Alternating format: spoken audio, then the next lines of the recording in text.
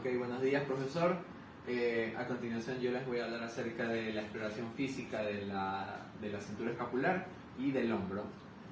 Nosotros como terapeutas y como examinadores, nosotros tenemos que seguir una serie de reglas o serie de parámetros las cuales van a beneficiar al paciente para realizarle una buena exploración física y para así dar como un diagnóstico y como un proceso de rehabilitación.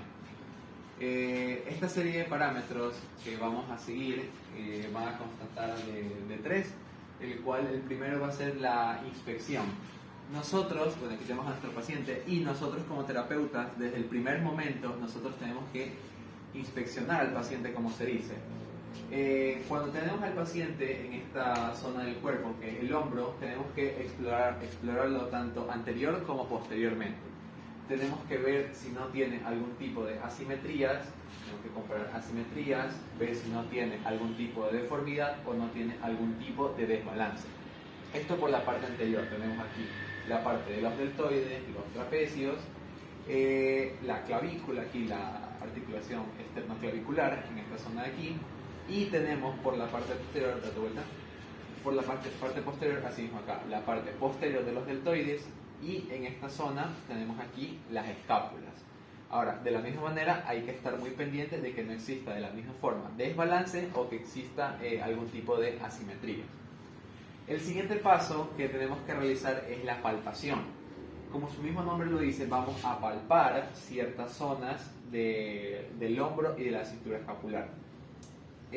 Obviamente, cuando realizamos la palpación no vamos a tocar por tocar, sino que vamos a tocar las diferentes estructuras que van a conformar el hombro, como pueden ser. Vamos a palpar esta parte de la parte anterior del deltoides, el relieve de la clavícula, aquí la articulación esternoclavicular, por la parte, aquí una vista lateral, deltoides medio, deltoides posterior y asimismo las escápulas.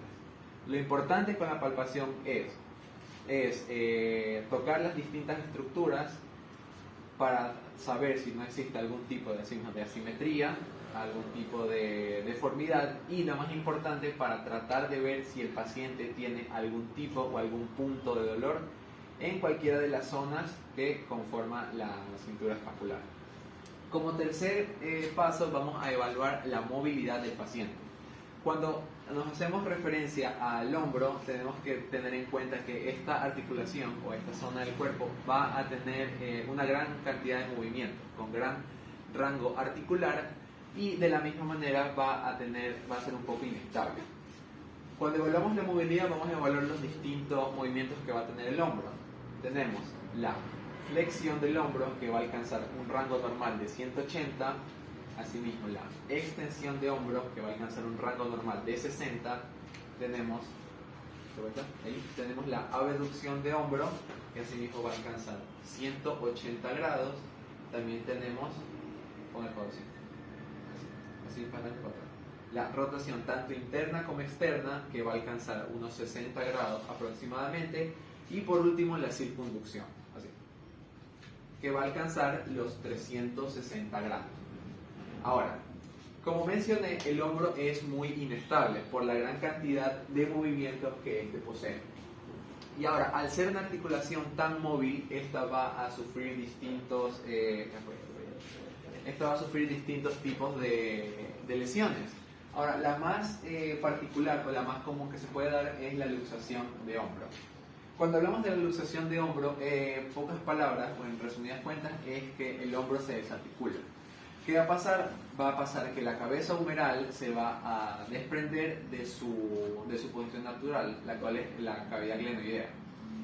Cuando hay una luxación de hombro, básicamente el hombro se puede decir que se sale, como pueden ver en esta imagen. El hombro se va a salir y va a generar mucho dolor. El principal síntoma que van a tener los pacientes es que no van a tener el hombro totalmente estirado, sino que lo van a tener en posición de rotación interna y aducido. Lo van a tener así. Ahora, por favor, enfóquenme en esta imagen. Van a existir distintos tipos de luxaciones, ya que no solo existe un solo tipo, el cual, como podemos ver aquí, la luxación subcoracoidea, el cual es la más común. Este tipo de luxación ocurre cuando la cabeza del húmero, como pueden ver aquí, se va a situar debajo de la apófisis paracoidea de la escápula. La luxación subglenoidea, este tipo de luxación se va a situar en el reborde glenoideo y no va a sobrepasar el cuello del húmero. Y por último, la luxación subclavicular, que es la menos frecuente de todas estas, y esta va a ocurrir cuando la cabeza humeral se va a colocar sobre las costillas, como pueden ver. Esto de aquí es realmente muy poco frecuente que suceda en la luxación. Ya, ahora, cuando existe un tipo de luxación, obviamente va a haber unos ciertos tratamientos en los cuales nosotros vamos a volver a colocar básicamente la cabeza humeral en su cavidad donde debe estar. Y ahora existen varias técnicas, las cuales se conocen como técnicas de reducción, como podemos ver, técnica de Hipócrates, Madsen, Crotcher, Milch y Stimson.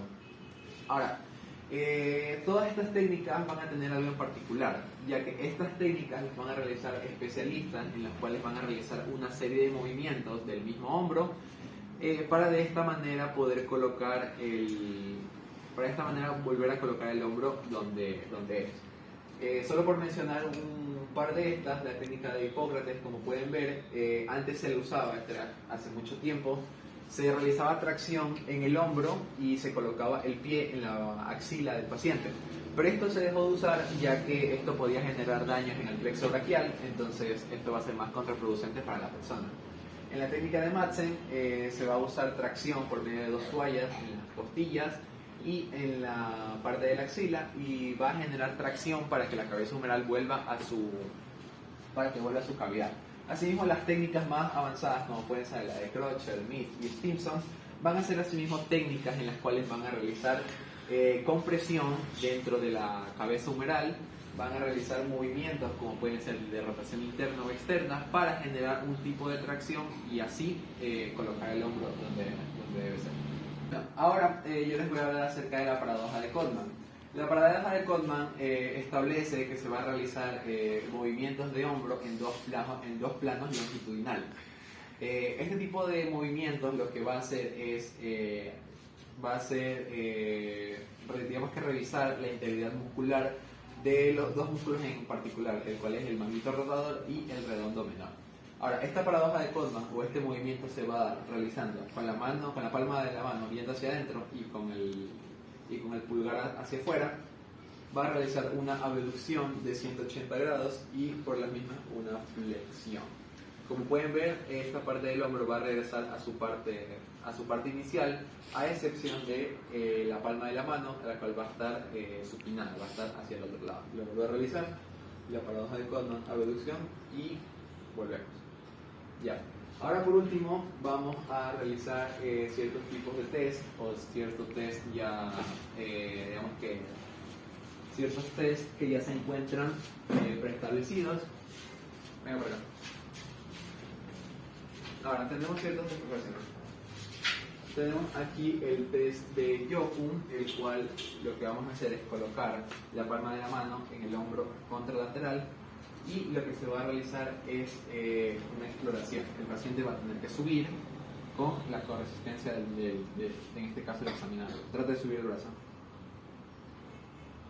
Ya. De esta manera.